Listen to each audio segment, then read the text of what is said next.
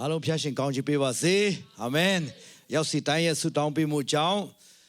ဆရာလည်းအရင်တစ်ပတ်ပေါ့နော်အရင်တစ်ပတ်ကတော့ထိုဆာမှာပြီးတော့ပြီးခဲ့တဲ့ပတ်ကြတော့ Knoxville မှာပေါ့တော့သူတို့လည်းတရင်သားပေါင်းစုံဖြစ်ပြီးတော့ကချင်ရှိတယ်ကရင်ရှိတယ်ဗမာရှိတယ်မီဇိုးရှိတယ်ပြီးတော့ဇုံမီရှိတယ်ဟာခါရှိတယ်ဇုံတုံးရှိတယ်ပြီးတော့ဗာရှိသေးတယ်ဇိုလိုက်ဇိုဖေအဲ့ဒါတော့မပါတော့ဆိုတော့အဲ့ဒါတွေပေါ့နော်အားလုံးကကျွန်တော်တို့သင်တန်းပေါ့နော်မြန်မာလူနဲ့သင်တန်းပေးခဲ့တယ်ကျေးဇူးတော်ကြောင့်ဖျားရှင်ကအသုံးပြုတယ်အရောက်စီတိုင်းရဲ့ဆုတောင်းပေးမှုကိုဖျားရှင်ကအဖြစ်ပေးုံတာမကပဲနဲ့ကျွန်တော်သင်တော်ဟာဆိုလို့ရှိရင်သူများအတွက်ကောင်းခြင်းမင်္ဂလာဖြစ်စေတယ်ဒီမှာလည်းအရောက်စီတိုင်းကသစ္စာရှိပေါင်းယုံတာမကပဲနဲ့ခုနတတိခန့်ချက်တော်၎င်းခုနတပပတိကြီးဖတ်သွားတဲ့ကျမ်းပိုက်တော်၎င်းဒီကနေ့အလူငွေနဲ့တော်၎င်းအားလုံးနော်ပါဝင်တော်သူရောက်စီတိုင်းဖျားရှင်ကောင်းချီးပေးပါစေအဲ့ဒီ Knoxville မှာဆိုလို့ရှိရင်ကျွန်တော်ကဘာကို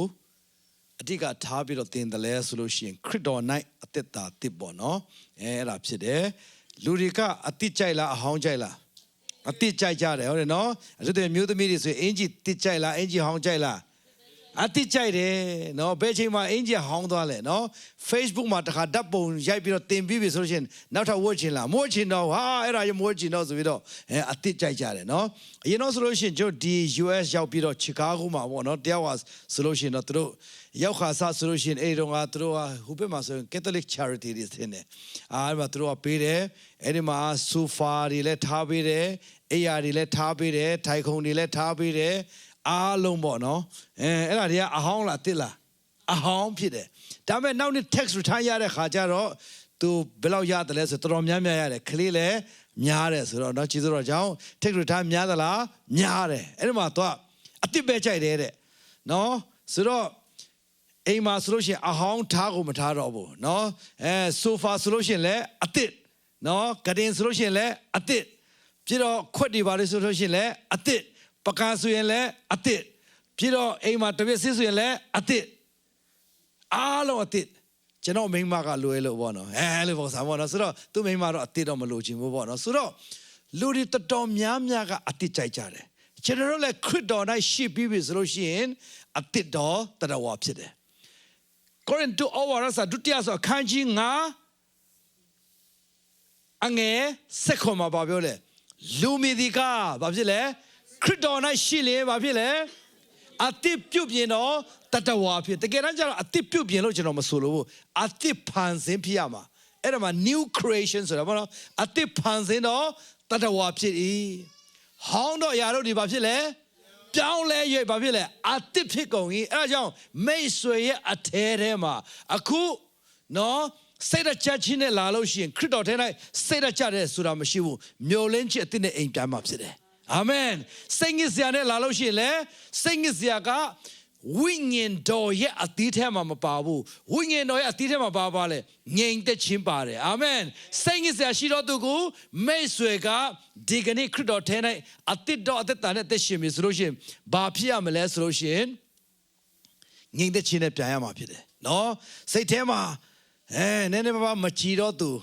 မုန်းတီးခြင်းပါငါရှိလို့ရှိရင်လည်းဘာဖြစ်ရမလဲအဲ့ဒီမှာချစ်ချင်းမေတ္တာကနော်မိတ်ဆွေရဲ့အတစ်တော်နော်ဗီဇဖြစ်သွားပြီကဲအားလုံးဖတ်ကြရအောင်နည်းနည်းတော့သေးတယ်နော်ဆိုတော့နည်းနည်းမြင်နိုင်တော့သူများဖတ်ရအောင်အခုအတစ်ဆက်ဆက်ရှစ်ခုနဲ့အိမ်ပြန်มาဖြစ်တယ်ဘယ်တစ်ခုလဲရှစ်ခုနဲ့အိမ်ပြန်มาဖြစ်တယ်အတစ်ဆက်ဆက်ဒီနော်ဒီနေ့အစပြီးတော့ကျွန်တော်တို့ရဲ့အသက်တာမှာဒီအတစ်ရှစ်ခုနဲ့အသက်ရှင်လို့ရှိရင်တော့စာရာအတွက်နေရာမရှိတော့ဘူးစိတ်ဓာတ်ကြချက်အတွက်နေရာမရှိတော့ဘူးစိတ်ငြိချက်အတွက်နေရာမရှိတော့ဘူးမုန်းတီးချက်အတွက်နေရာမရှိတော့ဘူးမနာလိုချက်အတွက်နေရာမရှိတော့ဘူးဟုတ်တယ်နော်အရေးကြီးတယ်ဒီမှာဖတ်ရအောင်နံပါတ်1ကဘာလဲအသက်တာတစ်ဖြစ်ရမယ်ခရစ်တော်ထဲ၌ရှိပြီဆိုလို့ရှိရင်မဟောင်းတော့အသက်တာတစ်ထူးချရမယ်နံပါတ်2ကဘာလဲဖြစ်တည်မှုအသက်ဆိုတော့ကိုကဘယ်သူလဲဆိုတာအမတမတဘောပေါက်ဖို့အရေးကြီးတယ်တချို့တဲ့ပြောရင်ခင်ဗျဘယ်သူလဲကျွန်တော်ဥက္ကဋ္ဌကွာတယ်ဥက္ကဋ္ဌတကယ်လားဆိုတော့ဥက္ကဋ္ဌရာထူးပြုလဲပြုတော့ဘာဖြစ်သွားလဲတော့ဥက္ကဋ္ဌဖြစ်သေးလားမဖြစ်တော့ဘူးအဲ့ဒါကြောင့်ဥက္ကဋ္ဌကသူ့ရဲ့ဖြစ်ချင်းမဟုတ်ဘဲနဲ့သူ့ရဲ့ position ပဲဖြစ်နေတယ်နော်သူ့ရဲ့ role တာဝန်ပဲဖြစ်နေတယ်ဟာငါဆရာကြီးကွာဆိုတော့ပင်စင်စားပြီဆိုဆရာဖြစ်သေးလား မဖြစ်တော့ဘူးအဲ့ဒါကြစ်မဲမွေးတာနော်ကြစ်ဘဲတွေမွေးတော့အဲ့ဒါစင်မပြေတော့ဆိုတော့နွားလဲမောင်းတဲ့သူမောင်းနော်ထော်လာကြီးမောင်းတဲ့သူမောင်းဆိုတော့ကိုယ့်ရဲ့ဖြစ်တည်ခြင်းကပင်ပါလေတချို့တွေသူတို့ရဲ့ဖြစ်တည်ခြင်းကဘာလဲငါတထေးกว่าတယ်တကယ်တမ်းကျတော့ပိုက်ဆံတွေဆုံးရှုံးတဲ့အခါမှာသူ့ရဲ့ဖြစ်ခြင်းကပျောက်သွားတာအဲကြောင့်အရင်တော့ stock market တွေကျတဲ့ချိန်မှာဘာဖြစ်လဲနော်အဲ့ဒီမီလီယံနာတထေးကြီးတွေကဘာဖြစ်လဲသူတို့ဘာဖြစ်လဲတတ်သေးကြတယ်ဘာဖြစ်လို့လဲသူတို့ရဲ့ဖြစ်ခြင်းကခရစ်တော်ထဲမှာမရှိတဲ့အခါမှာကြတော့အနည်းငယ်ပြောင်းလဲလာပြီဆိုလို့ရှိရင်ကိုယ့်ရဲ့အသက်တာမှာငါဘယ်သူလဲကိုဘယ်သူလဲဆိုတာအဗတာမနော်သူတို့ကဘာဖြစ်တယ်လဲအဲ့ဒါကိုမကိုင်တွေ့တတ်တော့ဘူးအစေမပြေတော့ဘူးအဲ့ဒါကြောင့်ကျွန်တော်ကဘယ်သူလဲကျွန်တော်လိုက်ဆိုပေးကြပါကျွန်တော်ဒီအမြင့်ဆုံးသောဘုရားသခင်ဤတာတမီးဖြစ်၏လက်ကိုရဖျားရှင်ကိုချီးမွမ်းကြရအောင်အရေးကြီးတယ်နော်အဲ့ဒီမှာကျွန်တော်ရဲ့ဖြစ်ချင်းကဖယားရဲ့သားသမီးဆိုတဲ့နေရာမှာထားပြီဆိုလို့ရှိရင်ပိုက်ဆံဘယ်လောက်ပဲရှိအသက်တာမပြောင်းလဲသွားဘူးအဲ့ဒီအတိုင်းပဲကိုယ့်ရဲ့အသက်တာမှာဘယ်လောက်ပဲချမ်းသာတွေဖြစ်စေကိုကဘာဖြစ်တယ်လဲဘဝကိုမိမသွားဘူးနော်အရင်တော့ပြောတယ်အိတ်ဖောင်းတော့ဘာဖြစ်လဲစိတ်ပြောင်းတယ်ဆိုတာကတကယ်တမ်းကျတော့သူတို့ရဲ့ဖြစ်ချင်းကခရစ်တော်ထဲမှာမရှိတာကျွန်တော်တက်တာမှာအရေးကြီးတယ်နော်တချို့တည်းကျတော့ဘာဖြစ်လဲအလောက်အကိုင်ရှိနေတဲ့အချိန်မှာတမျိုးအလောက်အကိုင်မရှိတဲ့ချိန်မှာတမျိုးအဲ့လိုမျိုးပုံစံခံစားချက်နော်သူတို့ကဘာဖြစ်တယ်လဲဆိုလို့ရှိရင်အဲ့ဒီဖြစ်ချင်းကခရစ်တော်ထဲမှာရှိတာဖြစ်တယ်အဲ့ဒီခရစ်တော်ထဲမှာဘာဖြစ်တယ်လဲဆိုတော့ကျွန်တော်ကဘုရားသခင်ရဲ့သားဖြစ်ုံတာမကဘဲနဲ့တန်ရှင်းတော်သူများဖြစ်တယ်ဘယ်သူတွေလဲတန်ရှင်းတော်သူများဖြစ်တယ်တကယ်လို့အပြစ်လုံးမိတယ်ဆိုရှင်ဘာဖြစ်ရမလဲဟာခရစ်တော်ရဲ့အသွေးတော်ကြောင့်ကျွန်မဒီတန်ရှင်းတော်သူဖြစ်တဲ့အတွက်ကြောင့်မလို့ဒီအပြစ်ကကျွန်မအတွက်မဟုတ်တော့ဘူးငါအတွက်မဟုတ်တော့ဘူးဆိုပြီးတော့ကျွန်တော်ကချက်ချင်းစွန့်လို့ရမယ်နံပါတ်1ကဘာလဲဖြစ်တည်မှုဘာလဲအသစ်ဖြစ်တယ်နော်ကျွန်တော်တို့ရဲ့တန်ဖိုးကိုဘာနဲ့တတ်မှတ်ရမလဲဒီမှာဆိုလို့ရှိရင်တန်ဖိုးတချို့တွေပြောကြတယ်နော် Elon Musk is worth နော် Elon Musk က billion ဘယ်လောက်တန်ဖိုးရှိတယ်ပြီးတော့ဒီ Mark Zuckerberg ကတန်ဖိုးဘယ်လောက်မဟုတ်ဘူးကျွန်တော်တို့တန်ဖိုးကပိုက်ဆံနဲ့ဖြစ်လို့မရဘူးအဲကြောင့်သူတို့က stock ကျလို့ရှိရင်သူတို့ stock ကျလို့ရှိရင်သူတို့တန်ဖိုးကကျတယ်လို့နော်ကျွန်တော်တို့ရဲ့သက်တာမှာနော်ဒီမှာလူပြူတွေရှိကြလားလူပြူတွေအပြူတွေရှိတယ်နော်အရေးကြီးတယ်လူပြူတွေရဲ့သက်တာမှာလဲနော်ကျွန်တော်ရဲ့သက်တာမှာဘာနဲ့ကိုယ့်တန်ဖိုးကိုဖြတ်မလဲဟုတ်တယ်နော်စောကြည်တာမကြည်တာအဲ့ဒါအဓိကမဟုတ်ဘူး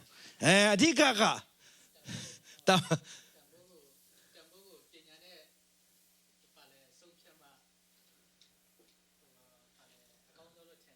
တကယ်တမ်းကျတော့ပညာကကောင်းတယ်ဒါပေမဲ့အဲ့ဒါမတီးမြဲဘာဖြစ်လို့လဲကျွန်တော်ပြောမယ်နော်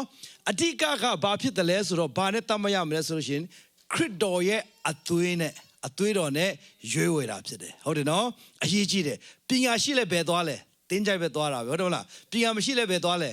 တင်းကြိုက်ပဲသွားတာပဲဒါပေမဲ့နော်ကဘာပေါ်မှာလုံးဝဒီမြဲတော့အရာကဘာလဲဆိုလို့ရှိရင်တော့နှုတ်ခပတ်တော်နဲ့ဖျားရဲ့တုံသင်ချက်ဖြစ်တယ်အဲကြောင့်ကျွန်တော်ရဲ့တန်ဖိုးကိုဘာနဲ့ဖျက်ရမလဲဆိုလို့ရှိရင်တိကောဘာကြပါကောရိန္သုဩဝါဒစာပထမဆောင်အရေးကြီးတယ်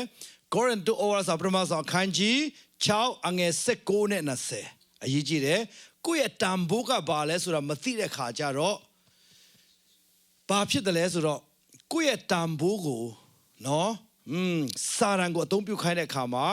အစင်ပြေတဲ့အချိန်မှာတော့ဟုတ်တယ်လို့နဲ့အစင်မပြေတဲ့အချိန်မှာဘာဖြစ်တယ်လဲဆိုရင်ကိုယ့်အရက်ကိုစိတ်ရကြတဲ့ထားဖြစ်သွားတယ်ငါအသုံးမကျတဲ့လူဖြစ်သွားတယ်ငါအရေးမပါတော့လို့ဖြစ်သွားတယ်ငါကစကားမလာအဖို့ဝင်ဖြစ်သွားတယ်တိလားစကားမလာစံကုန်မြေလေးနော်စံကုန်မြေလေးဆိုတာဖခင်ရဲ့အကြံစီတော်ထဲမှာစကားမလာရှိလားမရှိဘူးဘေးနားမှာရှိသူပြောတာမိတ်ဆွေစကားမလာမဟုတ်ဘူးဘာလဲစကားမလာဘာလဲစံကုန်မြေလေးအဲ့ဒါလုံးဝမရှိဘူးနော်ဒါပေမဲ့ကိုယ့်ရဲ့တန်ဖိုးမရှိတဲ့ခါကျတော့ငါလိုပိုဖြစ်နေပါလားလုံးဝလိုပိုမဟုတ်ဘူးဘေးနားမှာရှိတဲ့သူကိုပြောတာမိတ်ဆွေကအရေးပါတော့သူဖြစ်တယ်အားလုံးကအရေးပါတော့သူဖြစ်တယ်ကဲတယောက်ကဖတ်ပေးလို့ရမလားတိကောအခန်းကြီး6အငယ်19ကနေ20တွေ့လားတွေ့လားကွာဆန်းတွေ့တယ်ကဲဘယ်သူတွေ့လဲဒီမှာ กูขณะดีพยาตะเคียนปีตนาเราหมู่ดอวิญญาณดอตีหูดอตินดออเทนไอเกงงดดิตันชินดอวิญญาณดออีเบกมันผิดจางกูละกองมีดอกูมีดอมาไปจางกูละกองมาติจัดตลอตินดอดีอภูเนไวดอหมู่ดอตูผิดดอจักตะเคียนพยาตะเคียนไปดอหมู่ดอตินดออีกูขันดาเนเสยวิญญาณอาภิพยาตะเคียนอีกองรอกูเทนเสียสีจัดลอအာမင်လက်ခုပ်တွေဒီပြချရအောင်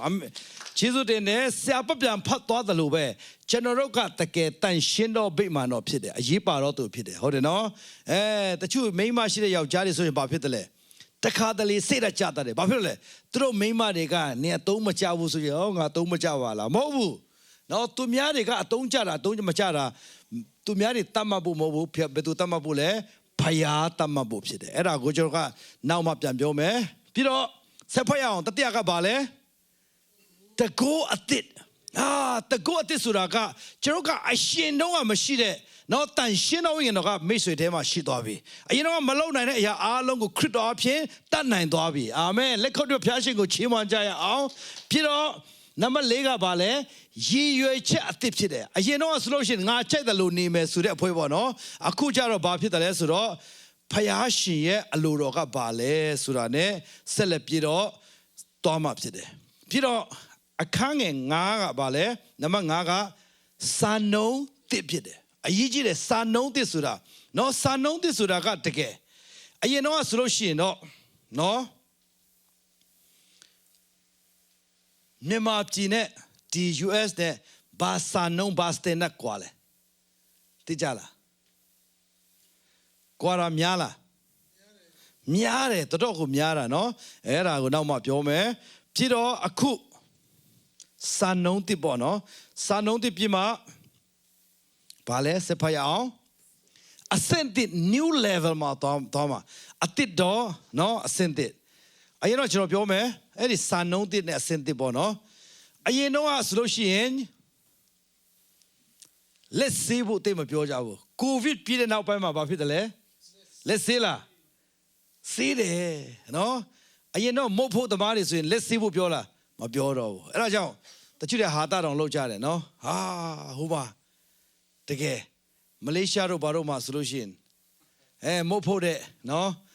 မုတ်တဲ့ကလားတွေကဘာဖြစ်တယ်လဲဆိုဟာကိုဗစ်ပြီးတဲ့နောက်ပိုင်းမှာအရသာရှိလားမရှိတော့ဘူးတဲ့မင်းတို့မုတ်ဖို့တာတဲ့ဘာလို့မရှိတာလဲလို့မေးတဲ့ခါကျတော့လက်ဆေးပြီလေတဲ့အမေလက်ဆေးပြီးတော့လွတ်တဲ့ခါကျတော့အရသာတော်မှပြောင်းသွားတယ်အဲ့လောက်ထီပေါ့နော်ဆိုတော့ကျွန်တော်ဆေးရုံသွားလို့ရှိရင်လဲဘာဖြစ်လဲစာနှုံးတစ်နဲ့သွားရတယ်ဟုတ်တယ်နော်ဒီတိုင်းကြိုက်တယ်လို့နေလို့မရဘူးအဲ့ဒီတိုင်းပဲကျွန်တော်ခရစ်တော်ထဲမှာရှိပြီးပြီဆိုလို့ရှိရင်အရင်တော့စာရန်ရဲ့စာနှုံးလို့မသွားတော့ဘူးပြီးတော့အဆင့်တစ်ချန်ပီယံတစ်ဆိုတာက inner victory ကိုယ်စိတ်ကိုမနိုင်ဘူးဆိုလို့ရှိရင်သူများကိုကူငင်လို့ရလားမရဘူးဘေးနားမှာရှိတဲ့သူကိုပြောပါမပြုံးနိုင်တော့သူရှိလို့ရှိရင်သူရဲ့စိတ်ထဲမှာမနိုင်တဲ့အရာတစ်ခုဝင်ထားနေတာဖြစ်တယ်ဒါမဲ့ဒီကနေ့မိတ်ဆွေကအဲ့ဒီချန်ပီယံတစ်ပြီးတော့နောက်ဆုံးမှာပါလဲခရစ်တော်အတွက်တန်တမန်တစ်ဖြစ်တယ်ဒီနေ့ကျတော့အဆင့်30ကြည့်လိုက်မယ်ပြီးတော့ကျွန်တော်ဆူတောင်းပေးမှာဖြစ်တယ်ဘယ်နှယောက်ကကျွန်တော်တို့ US နိုင်ငံသားခံယူပြီးပြီလဲကဲအားလုံးเนาะကြီးစုတော်ချီးမွမ်းရင်လည်းလက်မြောက်ကြရအောင်နိုင်ငံသား US နိုင်ငံသားကြီးကြပါဦးနိုင်ငံသားဟုတ်တယ်နော်ကောင်းပြီ US နိုင်ငံသား citizenship ပေါ့နော်အဲ့ဒီစာရွက်ကြီးရတဲ့နေ့မှာဘာဒီပြောခိုင်းလဲပြောကြပါဦးဘယ်လိုမျိုးပေးလိုက်တာလဲဟဲ့ခေါယူလိုက်အဲ့လိုပြောလားမပြောဘူးစီမံစည်းကမ်းတွေအများကြီးပြောတယ်ပြီးတော့ဘာပြောခိုင်းလဲတစ္ဆာဟုတ်တယ်နော်အဲ့ဒီတစ္ဆာဆိုတဲ့ထဲမှာဘာတွေပါလဲဘယ်သိမလဲဆိုတော့ကဲပြောကြအောင်မသိဘဲနဲ့ရှောက်ဆိုတာလားအဲ့ဒါနော်စာရွက်တွေပြန်သိမ်းပါနော်ကောင်းပြီအဲ့ဒါကအမတာမလေးနဲ့တော့ရဖြစ်တယ်အဲ့ဒါကဂျန်စာကနေသူတို့ကအဲ့လိုမျိုး US citizenship ပေါ့နော်ဒီကနေ့ကျွန်တော်တို့ကဒီကောင်းကင်နိုင်ငံသားဖြစ်တဲ့အလျောက်ဒီဟာနဲ့ကျွန်တော်သွားမှာဖြစ်တဲ့အဆင့်30အဲ့ဒီနေရာမှာ US နိုင်ငံသားခံယူတဲ့နေ့မှာပေါ့နော်ကျမ်းသစ္စာဆိုခိုင်းတာဖြစ်တယ်နံပါတ်1ကဘာလဲဆိုလို့ရှိရင်ကဲ ဒီမှာဖတ်ရအောင်ဒါကတော့ Google Translate ဆိုတော့တိတ်တော့ဟော smooth မဖြစ်ဘူးနော်ဒါပေမဲ့ဖတ်ရအောင်နံပါတ်1ကဘာလဲကျွန်ုပ်ဒီဘာလဲကျမ်းသစ္စာကျိန်စုပါသည်တဲ့ကျွန်ုပ်ဒီယခင်ကပေါ့နော်အဲ့ဒီနိုင်ငံကြီးလက်အောက်ခံတော့မဟုတ်နိုင်ငံသားတအုပ်ဖြစ်ခဲ့ဘူးတော့မိဒီနိုင်ငံခြားမင်းသားပဲဖြစ်ဖြစ်ဩဇာအာဏာရှိသူပဲဖြစ်ဖြစ်အချော့အချာအာဏာပိုင်နိုင်ငံအပေါ်မဆိုးပါလဲသစ္စာဆောင်တည်မှုနဲ့သစ္စာဆောင်တည်မှုအားလုံးကိုပါလဲလုံးဝစွန့်လွတ်တယ်တဲ့အထူးသဖြင့်ဘာပြောတာလဲငါရဲ့နိုင်ငံဟောင်းပေါ်မှာသစ္စာရှိတာကိုပါလဲအချိန်นี้စပြီးစွန့်လွတ်တာဖြစ်တယ်အခုချိန်မှာကိုအဆန်းကဘာနိုင်ငံသားဖြစ်တယ်လဲUS နိုင်ငံသား US နိုင်ငံသားဖြစ်သွားပြီနော်တကယ်လို့မြန်မာနိုင်ငံနဲ့ US ဖြစ်ပြီဆိုရှင်ကိုအဆန်းဘယ်ဘက်မှာပါမလဲUS မှာပဲပါ US ဖြစ်သွားအဲ့ဒါပဲအရေးကြီးတယ်ဟုတ်တယ်တကယ်ဘာလို့ဆိုကျွန်တော် passport ကင်တာဖြစ်တယ်အမှန်တမ်းမှန်တယ်ကျွန်တော်မြန်မာပြည်ချစ်ပါတယ်ဒါပေမဲ့တကယ်နိုင်ငံသားဖြစ်ပြီးတဲ့နောက်ပိုင်းမှာနံပါတ်1ကပြောကြပါဒီနေ့စကလုံး3လုံးနဲ့ပေါ့နံပါတ်1ကစွန့်လွတ်ပြောပါဦးစွန့်လွတ်ရမယ်နိုင်ငံအဟောင်းမှန်တဲ့မြတ်ကိုဘာဖြစ်လဲစွန့်လွတ်ရမယ်အရင်တော့ခရစ်တော်ကိုလက်မခံခင်တော့ကကိုအဆန်းကစာရန်ရဲ့နော်နိုင်ငံသားဖြစ်တယ်နော်ကျွန်တော်အပြစ်သားတွေရဲ့ဘာဖြစ်တယ်လဲနော်အပြစ်ရဲ့နိုင်ငံသားဖြစ်တယ်စာရန်ရဲ့နိုင်ငံသားအဲ့ဒါကြောင့်ကျွန်တော်တို့ကအပြစ်လို့အပြစ်သားဖြစ်တာလားအပြစ်သားဖြစ်တော့အပြစ်လို့တာအပြစ်သားဖြစ်လို့အပြစ်လို့တာဖြစ်တယ်ဆိုတော့စာရန်နိုင်ငံသားဖြစ်လို့စာရန်ခိုင်းတာကိုလို့တာလားစာရန်ခိုင်းတာလို့စာရန်နိုင်ငံသားဖြစ်တာလားဘာလဲပြောပါဦးစာရန်နိုင်ငံသားဖြစ်သွားပြီနော်စာရန်နိုင်ငံသားဆိုတော့ဘယ်သူနီးစနစ်နဲ့အသက်ရှင်ရမလဲစာတန်ရဲ့စီးမင်းစည်းကနဲ့အသက်ရှင်တာအဲဒါကြောင့်အပြစ်လုပ်တယ်ဆိုတာကဘယ်သူနဲ့ဆိုင်တယ်ခရစ်တော်နဲ့ဆိုင်လားစာရန်နဲ့ဆိုင်လားစာရန်နဲ့ဆိုင်တယ်နော်အရေးကြီးတယ်အဲဒါကြောင့်အဲ့ဒီဟာမှန်သမျှကိုနံပါတ်1ကဘာလဲစွန့်လို့ရမယ်ပြောပါဦးစွန့်လို့ကဲအခုဝိဘတ်ကိုအသုံးပြုပြီးတော့ဝိဘတ်ဆိုတာသိလားအထူးပြုတာကိုပြောတာပြောပါအောင်စွန့်လာတယ်မဟုတ်ဘဲနဲ့လုံးဝပြောပါစွန့်လွတ်ပြည့်ဖြစ်ပါ၏အဲ့ဒါပဲမုန်းတီးခြင်းကဘာနဲ့ဆိုင်လဲနိုင်ငံဟောင်းလားနိုင်ငံသစ်လားနိုင်ငံဟောင်းပဲဖြစ်တယ်နောက်မုန်းတီးခြင်းမနာလိုခြင်းရောဘာနဲ့ဆိုင်လဲနိုင်ငံဟောင်းနဲ့ပဲဆိုင်တယ်ကျွန်တော်နဲ့မဆိုင်ဘူးအာမင်နံပါတ်1ချက်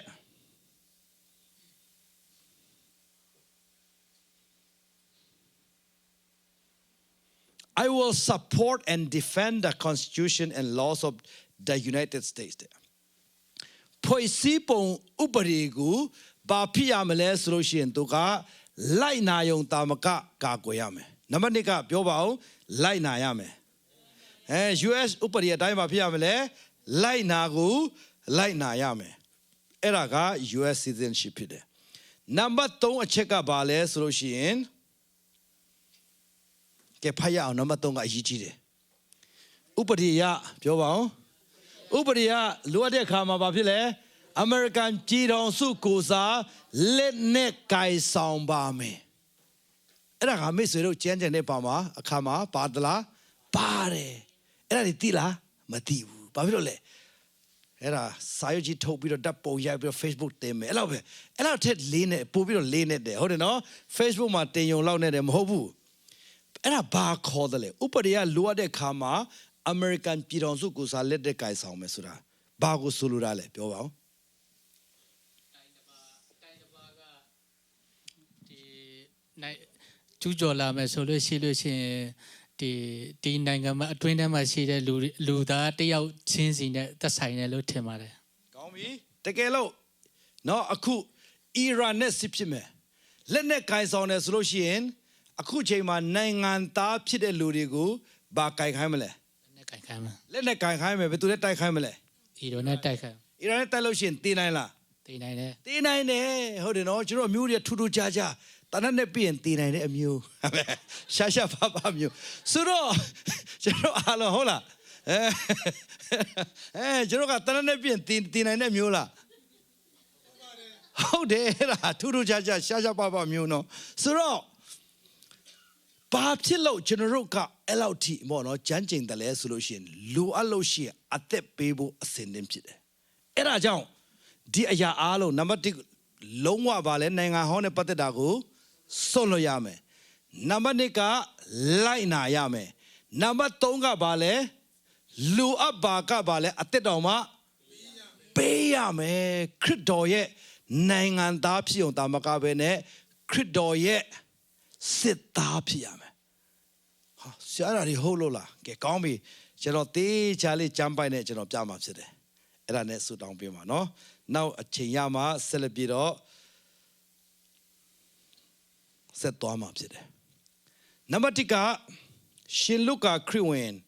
အခန်းကြီး9ပေါ့နော်အငယ်23တွေ့ကြလား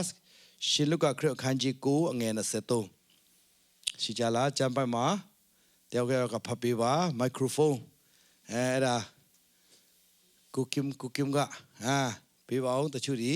ဘယ်သူတွေ့လဲတွေ့တော့သူကျေးဇူးပဲလိုက်ဆိုရှင်လုကာခရစ်အခန်းကြီး9အငယ်23ကျမ်းပိုက်3ပိုက်ဖတ်မှာဖြစ်တယ်ကဲကောင်းပြီကိုကပ်ထန်ကဖတ်ပေးပါရှင်လုကာခန်းကြီး9အငယ်23ထိုမှတပါလူအပေါင်းတို့အားမိန်တော်မူဒီကငါ၌စိကလိုတော့သူဖြစ်လင်ကိုငင်းပယ်ရမည်ကိုလည်းဝါကတိုင်းကိုနေ့တိုင်းထမ်း၍ငါနောက်တို့လိုက်ရမည်ဒါပဲနော်ဘာဖြစ်တယ်လဲခရစ်တော်ကိုလိုက်ချင်လို့ရှိရင်ဘာဖြစ်ရမလဲဘာငင်းပယ်ရမလဲမြေကိုနိုင်ငံဟောင်းကိုဘာဖြစ်ရမလဲငင်းပယ်ရမယ်ဆွလို့ရမယ်အမြဲတမ်းဒါမဲ့အဲ့ဒီစိတ်ထဲမှာတော့ဘာတွေပေါ်လာမလဲနိုင်ငံဟောင်းကဝင်လာခြင်းမှာပဲနော်လောဘဝင်လာခြင်းပဲပြီးတော့ဒေါသမောဟအဲ့ဒါတွေဝင်လာလို့ရှိရင်ငါနဲ့မဆိုင်ဘူးခရစ်တော်ကပိုင်သွားပြီအဲကြောင့်ကျွန်တော်ကဘာဖြစ်ရမလဲနံပါတ်1ကခရစ်တော်ရဲ့အလိုကိုလိုက်ရမယ်နော် I will support constitution နံပါတ်2ကလိုက်ရှောက်ရမယ်ကဲဖတ်ကြရအောင်အားလုံးထူကြောင့်ဘုရားသခင်၏အလိုတော်ကိုလိုက်ကြလောမာနကိုစီတာကြလောတို့ပြုလင်သူဒီတင်တို့ထံကပြေးသွားလိမ့်မည်ကဲကောင်းပြီမာနကကျွန်တော်ကိုစာရန်ကမနိုင်ဖို့ရတဲ့နံပါတ်1ချက်ကပါလဲမောင်းထုတ်ဖို့လားဖယားရဲ့အလိုလိုက်ဖို့လားဖယားရဲ့အလိုလိုက်ရှောက်လို့ရှိရင်မာနကအော်ဒီလူကငါရဲ့နိုင်ငံသားမဟုတ်တော့ဘူးငါရဲ့နော်ပိုင်တဲ့ထဲမှာမရှိတော့ဘူးဆိုပြီးသူပြောမှာဖြစ်တယ်အဲဒါကြောင့်စာရမာနကိုနိုင်မှုဖြစ်တယ်မိတ်ဆွေကိုဘုရားသခင်ကဘာအတွက်လို့ရှိတယ်လဲနော်ဖတ်ရအောင်အဲ့ဒီတိယောအခန်းကြီး14ဖြစ်တယ်အဘတို့ပြောရအောင်အဘတို့တင်တို့ဒီရှေးစွာကပင်ရှိတော်မူသောသူကိုတည်တော်ကြောင့်တင်တို့အားငါရည်၍ပေးလိုက်ခဲ့ပြီလူပြိုတို့တင်တို့ဒီခွန်အားနဲ့ပြည့်စုံ၍ဘာနဲ့ပြည့်စုံလဲခွန်အားနဲ့ပြည့်စုံတယ်ပြီးတော့နံပါတ်1ဘုရားသခင်နှုတ်ကပတ်တော်၌မိဝဲစိကတဖြင့်ပြီးတော့ဘယ်သူကိုအောင်လဲမာနကိုအောင်တော့ကြောင့်တင်တို့အားငါရည်၍ပေးလိုက်ခဲ့ပြီလူပြိုတော့ဘာဖြစ်လဲတင်တို့ဒီခွန်အားနဲ့ပြည့်စုံတယ်ဒါပေမဲ့ခုခေတ်ခရိယန်တော်များများကဘာဖြစ်လဲခွန်အားနဲ့ပြည့်စုံလားအားနဲ့လားအားနဲ့တယ်ဖျားကြောင့်တက်တဲ့ခါမှာအားရှိပြီးမှတက်တာလားအားနဲ့ပြီးတက်တာလားအားနဲ့တယ်အဲကြောင့်အမြဲတမ်းတရားနေပါချရလဲအလားနဲ့အပြန်မတူပဲနဲ့ဆိုတော့ကျန်တဲ့ခါမှာခွန်အားရှိတယ်ပြန်ပြီးမှဘာဖြစ်လဲခွန်အားနဲတယ်ဒါပေမဲ့ဘုရားသခင်အဲ့ဒါအလိုတော်မရှိဘူးအမြဲတမ်းဘာဖြစ်ရမလဲခွန်အားနဲ့ပြည့်စုံရမယ်ဘုရားရဲ့ခွန်အားနဲ့အလုံးမှာလဲဘုရားရဲ့ခွန်အားနဲ့အိမ်မှာလဲဘုရားရဲ့ခွန်အားနဲ့ကားမောင်းတဲ့ခါမှာလဲဘုရားရဲ့ခွန်အားနဲ့နော်ခွန်အားချိနေဘူးဘုရားသခင်အလိုတော်ရှိလားမရှိဘူးခွန်အားနဲ့ပြည့်စုံရမယ်ဘုရားเจ้าမှာဘုရားကိုချီးမွမ်းတယ်လို့အိမ်မှာလဲဘာဖြစ်ရမလဲချီးမွမ်းရမယ်အလုံးမှာလဲချီးဆိုတော့ဘာဖြစ်ရမလဲချီးမွမ်းရမယ်အဲ့ဒါဖြစ်တယ်အဲ့ဒီအတွက်ဘာလို့ရတယ်လဲနံပါတ်1ကိုတိုင်နိုင်ကအဲ့ဒီနိုင်ငံဟောင်းနဲ့ပတ်သက်လာတဲ့အရာမှန်သမျှကိုစွန့်လို့ရမယ်အဲ့နိုင်ငံဟောင်းကပါတယ်လေနော်မနာလိုစိတ်ဝန်တူစိတ်အဲ့ဒါတွေအားလုံးဖယ်ရမယ်ခရစ်တော်ကဘာပြောလဲငါကိုချစ်လင်ဘာဖြစ်လဲငါပြည့်တဲ့တော့ကိုစောင့်ရှောက်ရမယ်နိုင်ငံတော်နဲ့ဖြောင်းမချင်းကိုဘာဖြစ်လဲရှေးစွာရှာလောနောက်မှထွက်ရာများကိုထပ်ပေးတော်မူလိမ့်မယ်အဲ့ဒီနောက်ဆုံးကဘာဖြစ်လဲဥပဒေကလိုအပ်လာလို့ရှိရင်ဘာဖြစ်လဲ လက်နဲ့ကင်မယ်ဘာဆိုလိုတာလဲကဲကောင်းကဲဒီမှာဆိုလို့ရှိရင်ကျွန်တော်အရင်တော့စစ်သားဟောင်းစစ်မှုထမ်းဟောင်းဘယ်သူလဲကိုဟောက်ပြီးရှိတယ်နော်ဆရာဟောက်ပြီးပေါ့နော်သူကဘယ်နာရစ်လဲ နရစ် နရစ်နော်နရစ်အရေးကြီးတယ်အခုချိန်စစ်သွားလို့ရှိရင်တော့ဘူချုပ်စင်တီလောက်ရောက်နိုင်တယ်အရင်တော့သူတို့ဘူချုပ်တွေရဲ့ဖနက်တိုက်ပေါ့နော်အခုတော့ဆိုတော့စစ်သားတွေနော်အဲ့ဒါစစ်သားတွေကမနေ့တိုင်းမှာဘယ်လောက်ထိကျင့်တယ်လဲဆိုတော့အမြဲတမ်းပါလဲဘယ်သူ့အတွက်လဲ ပြေတို့အတွက် ဆိုတော့တကယ်ဘာစိတ်ဓာတ်လဲ တာမဏိစိတ်ဓာတ် အခုချိန်ဒီအဲ့ဒါအမတားမအရေးကြီးတာဖြစ်တယ်အဲကြောင့်မိတ်ဆွေနော်ဘာဖြစ်လို့တော်တော်များများကရေးကြတော့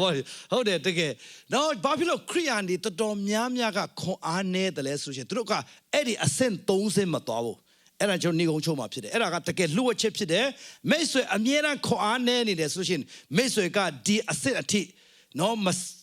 မစိကတာနော်ကိုမဆက်ကတာနော်ခရစ်တော်ကိုအဲ့လောက်ထိမလိုက်တာသူစီကနေမစီးပူတာနံပါတ်30မှာကျတော့နိုင်ငံသားနော် benefit ရဖို့ပဲမဟုတ်ဘူးနိုင်ငံအတွက်ဘာပေးဆိုင်ရမလဲနော်အခုနော်ဆရာဟောက်ကဘာပြောလဲဘယ်သူတို့လဲပြည်သူအတွက်ကွာဘယ်သူတို့လဲခရစ်တော်အတွက်ဘယ်သူတို့လဲခရစ်တော်အတွက်ဘာစိတ်ဓာတ်လဲခရစ်တော်ရဲ့စိတ်နေသဘောထားအာမင်အရေးကြီးတယ်တကယ်နော်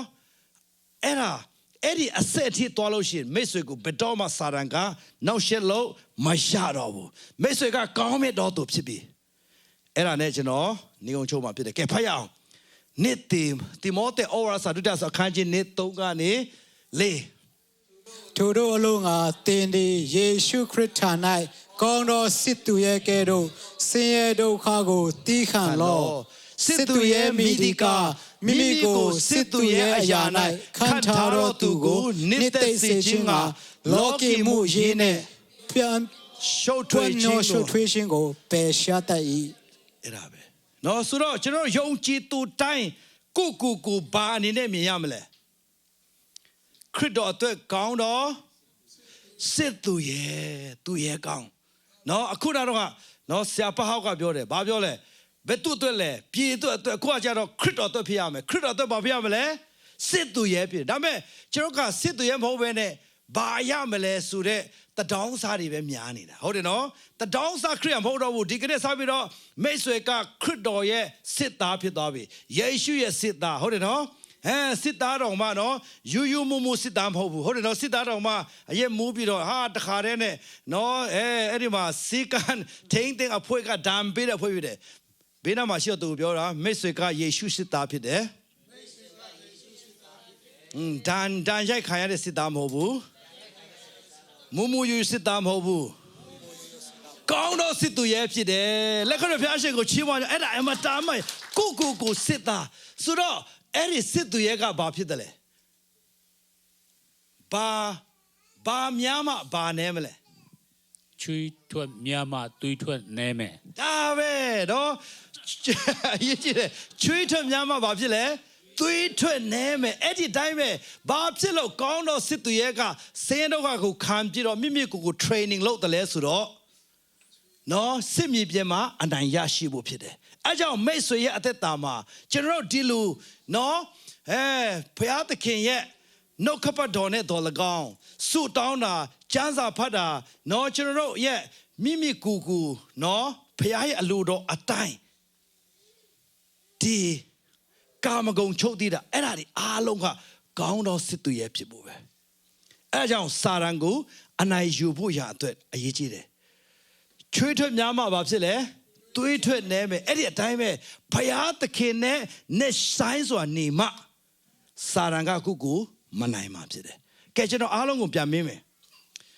ကျွန်တော်တို့ထဲမှာနော်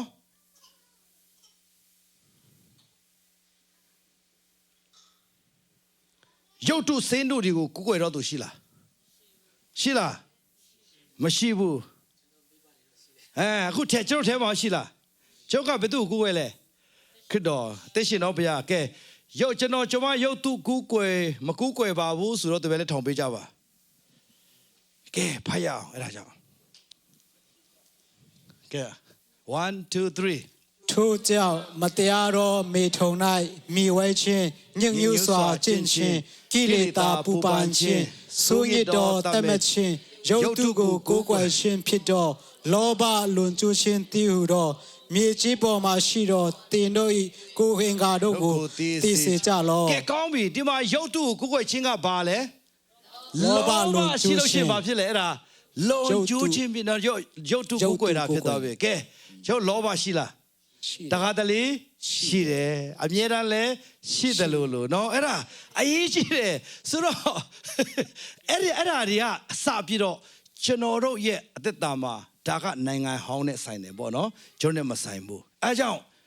ဘာဖြစ်ရမလဲအရင်တော့ကကျွန်တော်ကပြောတယ်တေချင်း၃မျိုးမှတ်မိသေးလားပထမတေချင်းကဘာလဲနော်ပထမတေချင်းကဘာလဲဆိုလို့ရှိရင်ခရစ်တော်ကိုလက်မခံမြင်မှာလိုက်ဆိုပေးကြပါအပြစ်၌တေချင်း အပြစ်၌တည်ခြင်း နံပါတ်1ကခရစ်တော်နဲ့အတူအသေးခံခြင်းပြောပါ နဲ့သူလည်း နံပါတ်3မှာခရစ်တော်ကိုလက်ခံပြီးမှဘာဖြစ်လဲအပြစ်ကိုတည်စေခြင်းဖြစ်တယ်အဲကြောင့်လောဘဒေါသမောဟတွေကအမြဲတမ်းလာမှာပဲဒါပေမဲ့ဘာဖြစ်ရမလဲတည်ခိုင်းရမယ်ဘယ်လိုမျိုးနဲ့တည်ခိုင်းရမလဲနံပါတ်1ဒီလောဘနဲ့ငါနဲ့မဆိုင်တော့ဘူးခရစ်တော်ကကျွန်တော်အတွက်အကောင်းဆုံးပြင်ဆင်ပေးသားဖြစ်တယ်အဲကြောင့်ဒီကနေ့ကျွန်တော်ခွန်အားပေးခြင်းတယ်မိတ်ဆွေကဒီလောဘဒေါသထဲမှာရစ်မိုးနေဘူးမဟုတ်ဘူးဒေါကာလို့ဖြစ်တယ်နော်ကျွန်တော်မမြင်သေးတာဒေါကာဖတ်ရအောင်ရုပ်ပြုံမျိုးနိုင်ဘာဖြစ်လဲဒေါကာဟုဆိုလိုတော့တပိတာအမေရှိတော့ဘာဖြစ်လဲတပိတော်မှာတယောက်ရှိတပိတော်မှာဆိုတာခရစ်တော်နောက်လိုက်တာနော်အခုနအဆင့်3ဆင့်ဘာဆင့်လဲနံပါတ်1ကနိုင်ငံဟောင်းကိုစွန့်လွတ်သောအဆင့်နိုင်ငံတစ်ဖြစ်တဲ့ခရစ်တော်ရဲ့စီမင်းစည်းကမ်းကိုလိုက်နာသောအဆင့်နံပါတ်3ကဘာလဲဘယ်သူအတွက်လဲခရစ်တော်အတွက်ဘယ်သူစစ်သားလဲခရစ်တော်ရဲ့စစ်သားနော်စစ်သားထဲမှာလဲယူယူမုံမစစ်သားလားမဟုတ်ဘူးဘာလဲကောင်းတော်စစ်သူရဲ့အဲ့ဒီအဆင့်ရောက်လို့ရှိရင်စာရန်ကမနိုင်တော့ဘူးတပည့်တော်မှဆိုတာအဲ့ဒါပဲကဲဖတ်ရအောင်နံပါတ်1သူမိန်းမသည်ဘာလဲကောင်းတော်အကျင့်စွန့်ကြဲချစ်ခြင်းနဲ့ဘာလဲပြည့်စုံတယ်ဒါကစီကိုလားမကောက်ဘူးဘုရားတပါပြီလေဘေးကနဲ့ပြီးတော့ဘာနဲ့ပြည့်စုံလဲကောင်းတော့အချင်းအဲ့ဒါတွေကကျွန်တော်တို့ပဲဘေးနားမှာရှိတော့သူကိုပြောပါမိတ်ဆွေကလည်းကောင်းတော့အချင်းစွန့်ကြဲခြင်းနဲ့ပြည့်စုံတော့ခရစ်တော်ရဲ့စစ်သူရဲ့ဖြစ်တယ်ကဲကောင်းပြီကျွန်တော်နောက်ဆုံးမှာဘာနဘမမေ့သေးလားဘာနမကဘာလဲအားပေးမှုဤတာအားပေးတော့သူဖြစ်တယ်ကဲဖတ်ရအောင်သူသူဒီသူတော်ကောင်းဖြစ်၍တန်ရှင်သောဝိညာဉ်တော်နဲ့၎င်းယုံကြည်ခြင်းနဲ့၎င်းပြည့်စုံသောအခြင်းလူများပေါင်းတို့သည် သခင်ဖျားထံသို့ဝင်စားကြ၏ ကဲကောင်းပြီဘာနဘရဲ့3ခုလက္ခဏာနံပါတ်1ကဘာလဲသူတော်ကောင်းဖြစ်တယ်နံပါတ်2ကဘာလဲတန်ရှင်သောဝိညာဉ်တော်နဲ့ပြည့်စုံတယ်နံပါတ်3မှာယုံကြည်ခြင်းနဲ့ပြည့်စုံတယ်အဲ့လိုမျိုးဖြစ်ချင်လို့ရှိရင်ကျွန်တော်က30နံပါတ်1ကစာရနဲ့ပတ်သက်တဲ့အဲ့ဒီလောဘဒေါသမောဟတွေအားလုံးကိုဘာဖြစ်ရမလဲလုံးဝဆွန့်လွတ်ရမယ်ငါအတွက်ဆိုတာဆွန့်လွတ်ရမယ်နံပါတ်2ခရစ်တော်ရဲ့စီမင်းစည်းကမ်းဖြစ်တဲ့နိုင်ငံတည်ရဲ့စီမင်းစည်းကမ်းတွေကိုဘာဖြစ်ရမလဲလိုက်နာရမယ်နံပါတ်3အနေနဲ့ဘာဖြစ်တယ်လဲမိမိကိုယ်ကိုတဒေါင်းစားလို့ထင်ခေါ်မလားဒါမှမဟုတ်ခရစ်တော်ရဲ့စစ်သူရဲ့ခရစ်တော်အတွက်သက်ရှင်တော်သူအာမင်ကျွန်တော်ကရယူဖို့ခရစ်တော်အတွက်ဆက်ကပ်ပါမိတ်ဆွေကအမြဲတမ်းခွန်အားနဲ့ပြည့်စုံလာတော့သူဖြစ်လိမ့်မယ်ဖျားကြောင်လာတဲ့ချိန်မှာလည်းခွန်အားနဲ့လာမှာဖျားကြောင်ကနေပြန်သွားပြီးလို့ရှိရင်လည်းခွန်အားနဲ့ပြန်သွားမှာဖျားကြောင်လာတဲ့ခါမှာလည်းအပြုံးနဲ့လာမှာပြီးတော့ဖျားကြောင်ပြန်သွားလို့ရှိရင်လည်းအပြုံးနဲ့ပဲပြန်သွားပြီးတော့မိတ်ဆွေရဲ့အသက်တာမှာနော်ဖျားသခင်ကကျွန်တော်တို့ရဲ့ကယ်တင်ပိုင်ရှင်ပဲမဟုတ်ဘူးသူကတကယ်ကျွန်တော်တို့အတွက်အသစ်တော်ဘယင်ဖြစ်တယ်တခင်ဖြစ်တယ်နော်ကျွန်တော်တို့ဒီကနေ့ဒီအဆင့်30ပေါ့နော်ခရစ်တော်ကိုယင်တော့ကတော့လက်ခံတယ်ဒါပေမဲ့အဲ့ဒီနိုင်ငံဟောင်းနဲ့ပတ်သက်တဲ့အရာနည်းနည်းပါးပါးရှိသေးတယ်ဆိုလို့ရှိရင်ဒီကနေ့ကဆွတ်လွတ်ဖို့ဖြစ်တယ်တိတယ်ဒါပေမဲ့မလိုက်နာနိုင်ဘူးဟုတ်တယ်နော်တိတယ်ဘာဖြစ်လဲမလိုက်နာနိုင်ခွင့်လွှတ်ဖို့တိတယ်မလိုက်နိုင်ဘူးချစ်ဖို့တိတယ်ဘာဖြစ်လဲမုန်းတီးနေတယ်ဆိုတော့ တိတယ်မလုံနိုင်ဘူးဆိုရှင်ဘာဖြစ်လဲခေါင်းပဲကြီးပြီးတော့ကျန်တဲ့တေးတာကဘာခေါ်လဲကာတွန်းခေါ်တယ်နော်ကာတွန်းခရိယာဟုတ်တယ်နော်ကာတွန်းကဘာပဲကြီးတယ်လဲခေါင်းကြီးတယ်ကုခန္ဓာဘာဖြစ်လဲသေးတယ်လက်ကဘာဖြစ်လဲသေးတယ်ခြေထောက်ကဘာလဲသေးတယ်ခြေထောက်အခုခက်ခရိယာနေလဲဘာဖြစ်လဲတိသလားတိတယ်ခေါင်းကြီးတယ်လှုပ်သလားမလှုပ်ဘူးနော်အချင်းချင်းချစ်ရမယ်တိသလားတိတယ်တယောက်တည်းကျတော့ယံဖြစ်တယ်အဲ့ဒါကဘာခေါ်လဲကာတွန်းခရိယာမိတ်ဆွေကိုကာတွန်းခရိယာအနေနဲ့ဖျားကမမြင်ချင်ဘူးတကယ်ကောင်းတော့စစ်သူရဲ့ဟုတ်တယ်နော်ဘယ်သူတို့လဲခရစ်တော်တို့ဖြစ်ရမယ်အားလုံးမတရားကြရအောင် ဟာလေလုယာဟာလေလုယာဟာလေလုယာဂျေဇုတော်တပါပြီးတပါထပ်ဆင့်ပြီးတော့ဘုရားလူသားများကိုအသက်နဲ့အမျက်ရွေးကောက်ကဲတင်တော်မူတော်ဘုရားကိုရောရဲ့ဂျေဇုတော်ဒီအလွန်ကြီးမားလာပါတယ်ကိုရောရဲ့နာမတော်ကိုချီးမွမ်းပါတယ်ဒီနေ့ယောမီအစီရှင်အင်္ဂလိပ်အစီရှင်မြန်မာအစီရှင်တခုပြီးတခုပြီးမြောက်ကြတော့အခွင့်ကိုပြီးတော့ကြောင့်ကိုရောကိုကြည်ယူတင်တယ်အာမင်ကျွန်တော်တို့ဆရာတော်ကြီးအားဖြင့်ကျမ်းသာတော်ဒီတနာစကားများကဲ့သို့ကျွန်တော်တို့ဒီဟောင်းတော်တက်တာကိုဆွလွတ်ပြီးတော့ကိုရောလိုက်လျှောက်ရှိခြင်းတော့အတက်တာကဲ့သို့လိုက်လျှောက်ပြီးတော့ကိုရောအတွက်အတက်ကိုဆွရဲတော့ယုံကြည်သူများဖြစ်လာဖို့ရန်မဆလက်ကောင်းကြည့်ပြီးပါကျွန်တော်တို့ရှိအတင်းတော်ကြီးရဲ့ဆွလွတ်ဆွစားခြင်းအဖြစ်ကိုရောရဲ့နာမ်တဲ့တိုင်းနိုင်ငံကိုကျေပြန့်ရှိတော်မူပါဘုရား။အိုကိုရောကိုကြည်ယူတင်တယ်။လာမယ့်အသက်တာမှာလည်းသူမြတ်အတွက်အလင်းဖြစ်စီတော်မူပါ။ယေရှုနာမဖြင့်ကြည်ယူတော်ပေါင်းကိုကြီးအတွက်ချီးမွမ်းလက်အချင်းအရှိရှိပြီးဆောင်ကြကိုကျွန်တော်တို့ကိုရောကိုကြည်ယူတင်ပါတယ်။ယေရှုနာမဖြင့်ဆက်ကဆူတောင်းကြပါရပါဘုရား။